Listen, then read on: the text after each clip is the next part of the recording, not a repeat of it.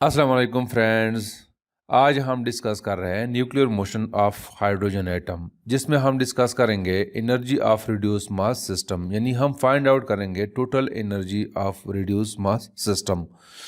तो दोस्तों, इससे पहले जब हम बोहर एटॉमिक मॉडल को डिस्कस कर रहे थे तो वहाँ पे न्यूक्लियस को हमने स्टेशनरी कंसीडर किया था और इलेक्ट्रॉन को हमने एज्यूम किया था कि इलेक्ट्रॉन जो है मूव कर रहा है अराउंड द न्यूक्लियस। तो इस assumptions के मुताबिक the predicted values of wavelength and ionization energy of hydrogen atom differ from the measured value by 0.1%। यानी अगर हम ये एज्यूम करें कि न्यूक्लियस जो है वो रेस्ट में है और इलेक्ट्रॉन जो है वो रिवॉल्व कर रहा है अराउंड द न्यूक्लियस, तो उस वक्त जो हमारे पास वैल्यूज आती है, फॉर एग्जांपल वेवलेंथ और आयोनाइजेशन पोटेंशियल की जो प्रिडिक्टेड वैल्यूज है वो मेजर्ड वैल्यू से डिफरेंट है बाई 0.1%। इसके बरअक्स अगर हम ये एज्यूम करें कि न्यूक्लियस जो है वो मोशन में है और इलेक्ट्रॉन भी मोशन में है, तो हमारे पास जो ये वैल्यूज़ है, ये जो डिफरेंस है वो ख़त्म हो जाते हैं। तो दोस्तों, हमें पता है कि न्यूक्लियस उस वक्त रेस्ट में हो सकती है जब इसका मास इनफाइनाइट हो, लेकिन हमें पता है कि mass of nucleus 1836 times the mass of electron है, यानी इनफाइनाइट नहीं है। तो जब इनफाइनाइट नहीं है तो न्यूक्लियस जो है वो मूव कर रहा है इन ए सर्कुलर ऑर्बिट, और इलेक्ट्रॉन और न्यूक्लियस का एक कॉमन सेंटर ऑफ मास होना चाहिए। तो इस वक्त जो है सिस्टम का हम जब मास लेंगे वो रिड्यूस मास लेंगे, उसमें मास ऑफ न्यूक्लियस भी हम कंसीडर करेंगे और मास ऑफ इलेक्ट्रॉन भी हम कंसीडर करेंगे। तो यानी पूरे सिस्टम का मास जो है हम कंसीडर करेंगे। तो यहाँ पे इस फिगर में आपको नज़र आ रहा है, ये जो है न्यूक्लियस है और ये इलेक्ट्रॉन है। ये इलेक्ट्रॉन जो है इस ऑर्बिट में मूव कर रहा है and nucleus is also orbiting around this centre of मास। इस इलेक्ट्रॉन और इस न्यूक्लियस का एक कॉमन सेंटर ऑफ मास होना चाहिए। तो यहाँ से यहाँ तक का रेडियस जो है उसको मैं रिप्रेजेंट कर रहा हूँ बाई आर एन, यानी radius of nucleus from this centre, और यहाँ से यहाँ तक का डिस्टेंस जो है इसको मैं रिप्रेजेंट कर रहा हूँ बाई आर ए, यानी distance of electron from this centre of मास। और मास ऑफ न्यूक्लियस को मैं कैपिटल एम से रिप्रेजेंट कर रहा हूँ और मास ऑफ इलेक्ट्रॉन को मैं स्मॉल एम से रिप्रेजेंट कर रहा हूँ। न्यूक्लियस और इलेक्ट्रॉन के दरमियान जो डिस्टेंस है उसको मैं रिप्रेजेंट कर रहा हूँ बाई आर। तो इस सिस्टम की टोटल एनर्जी हम फाइंड आउट करेंगे, लेकिन टोटल एनर्जी फाइंड आउट करने से पहले हमने इस रेडियस को और इस रेडियस को हमने फाइंड आउट करना है। तो आइए सबसे पहले हम इन दो रेडियस को फाइंड आउट करते हैं। According to centre of mass theory, M R N is equal to small M and R E. यहाँ पे इस फिगर के मुताबिक आर जो है this is equal to R N plus R E, यानी यहाँ से यहाँ तक का डिस्टेंस आर एन है और फिर यहाँ से यहाँ तक का डिस्टेंस आर ई है। इसको मैं इक्वेशन 1 का नाम देता हूँ। अब इस इक्वेशन के मुताबिक आर ई जो है this is equal to R minus R N, इसको मैं इक्वेशन 2 का नाम देता हूँ। अब यहाँ पे इस इक्वेशन 1 के मुताबिक आर ई जो है this is also equal to capital M divide by small M into R N. अब इस इक्वेशन में हम इक्वेशन 2 पुट करते हैं। तो जब हम इक्वेशन 2 पुट करेंगे तो R E will be equal to R minus R N is equal to capital M divide by small M into R N के बराबर हो जाएंगे। अब मैं क्या करता हूँ कि ये आर एन जो है, ये आर एन, इसको मैं इस साइड पे ले आता हूँ। तो R will be equal to M divide by small M into R N plus R N, तो ये इसके बराबर हो जाएंगे। अब मैं क्या करता हूँ कि यहाँ से आर एन को मैं कॉमन कर लेता हूँ, तो this will become equal to R one plus capital M divide by small M into R N. अब यहाँ पे मैं एलसीएम लेता हूँ, तो LCM लेने के बाद R will be equal to small m plus capital M divided by small m into Rn। तो this equation will become like this. अब चूंकि मुझे Rn की वैल्यू चाहिए तो इस इक्वेशन को मैं यूँ लिख सकता हूँ कि Rn is equal to R into small m divided by small m plus capital M। This is the value of Rn, यानी the distance from nucleus to centre of mass. तो ये Rn की वैल्यू हो गई है। अब मुझे Re की वैल्यू चाहिए। तो हमें पता है कि Re is equal to m divide by small m into Rn। अब यहाँ पे मैं Rn की वैल्यू पुट करता हूँ, तो we will get Re is equal to capital M divide by small m into Rm divide by small m plus capital M। अब यहाँ से ये m और ये m कैंसिल हो जाएंगे, तो Re will be equal to R capital M divided by small m plus capital M। So this is the value of Re, यानी the distance between electron and center of mass। तो these are the values of Rn and Re। अब हम energy of this reduce mass system को find out करते हैं। तो यहाँ पे हम सपोज करते हैं कि स्मॉल v जो है this is the velocity of electron, electron की वेलोसिटी है, और कैपिटल V जो है this is the velocity of nucleus. तो यहाँ पे मैं ये इसको यूँ लिखता हूँ ताकि हमें आसानी से पता चले कि ये वेलोसिटी ऑफ इलेक्ट्रॉन है और ये वेलोसिटी ऑफ न्यूक्लियस है। तो दोस्तों हमें पता है कि एंगुलर वेलोसिटी और लीनियर वेलोसिटी के दरमियान जो रिलेशन है वो बराबर है। अगर मैं वेलोसिटी ऑफ इलेक्ट्रॉन लिखो तो V is equal to RE into omega, यानी हमें इस इक्वेशन का पता है कि V is equal to R omega. तो ये जो है मैंने रिप्रेजेंट किया है वेलोसिटी ऑफ इलेक्ट्रॉन, और velocity of nucleus this will be equal to Rn into omega. इसको हम यो लिखते हैं the kinetic energy of the system is equal to the kinetic energy of electron and kinetic energy of nucleus।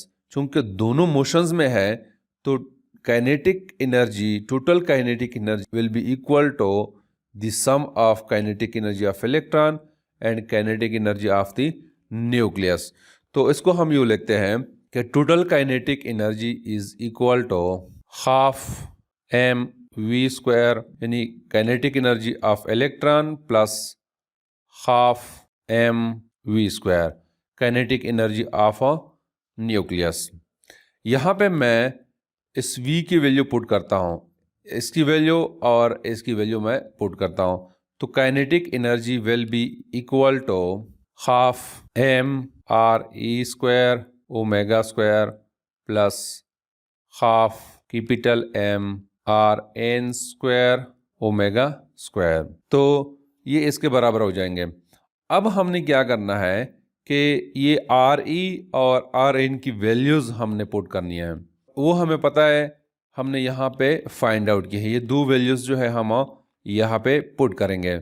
तो after putting the value of Re and Rn we will get kinetic energy is equal to half m omega square into Re की value जो है वो R capital M divided by small m plus capital M, ये हो जाएगा, इसका square हो जाएगा, plus half capital M omega square into R small m divided by small m plus capital M।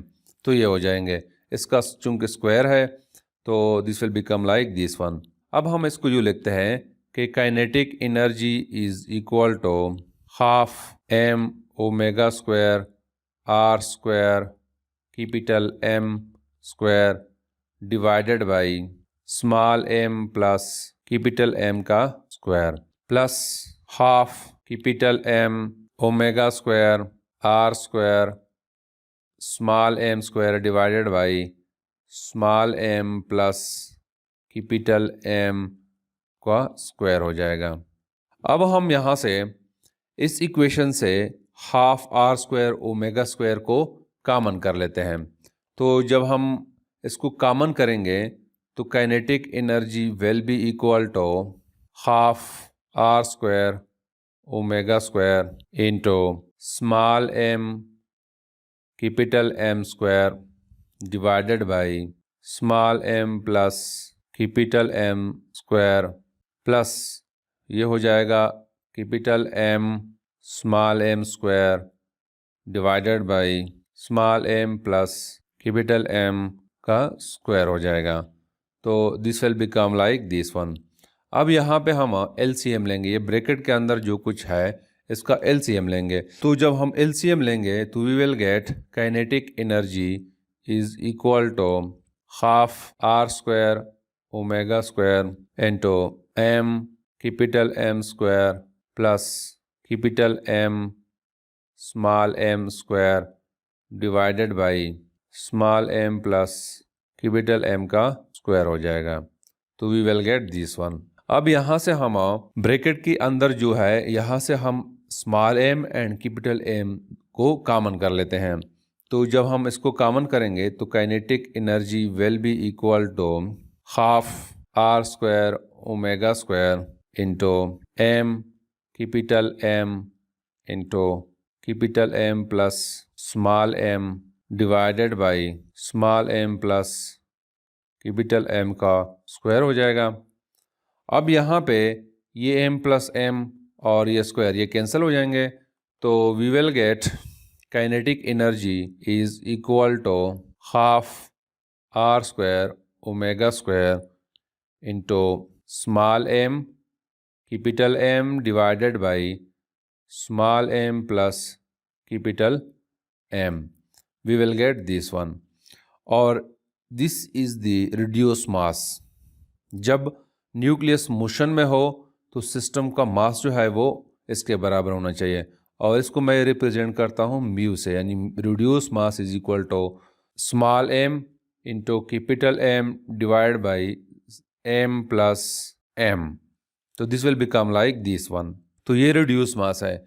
इस इक्वेशन में अगर मैं प्रोटॉन की वैल्यू पुट करो, यानी न्यूक्लियस में चूंकि प्रोटॉन होते हैं, हाइड्रोजन एटम में एक प्रोटॉन होता है, तो हमें पता है कि मास ऑफ प्रोटॉन जो है वो 1836 टाइम्स जो है मास ऑफ इलेक्ट्रॉन के बराबर है।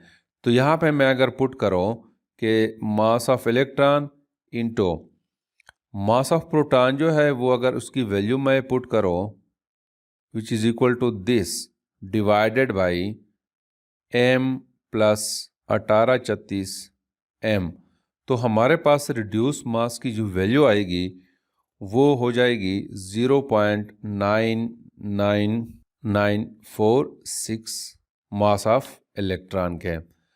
तो जो हमारे पास बोहर्स की इक्वेशंस है, अगर उसमें मैं m की जगह हम ये रिड्यूस मास पुट करें तो जो वैल्यूज़ में जो डिफरेंस आता है, प्रिडिक्टेड वैल्यूज़ और मेजर्ड वैल्यू में जो डिफरेंस होता है वो फिर खत्म हो जाता है।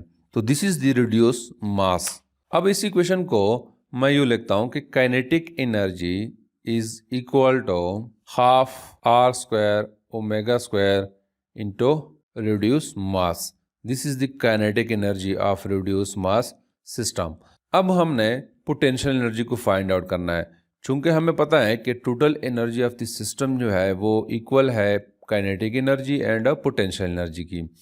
तो अब हम पोटेंशियल एनर्जी को फाइंड आउट करेंगे, और हमें पता है कि potential energy is the work done from infinity to some field point, यानी potential energy is equal to integration from infinity to r f dot dr।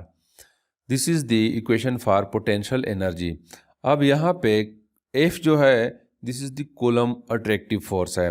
और इसकी वैल्यू जो है वो बराबर है K Z E square divide by are square.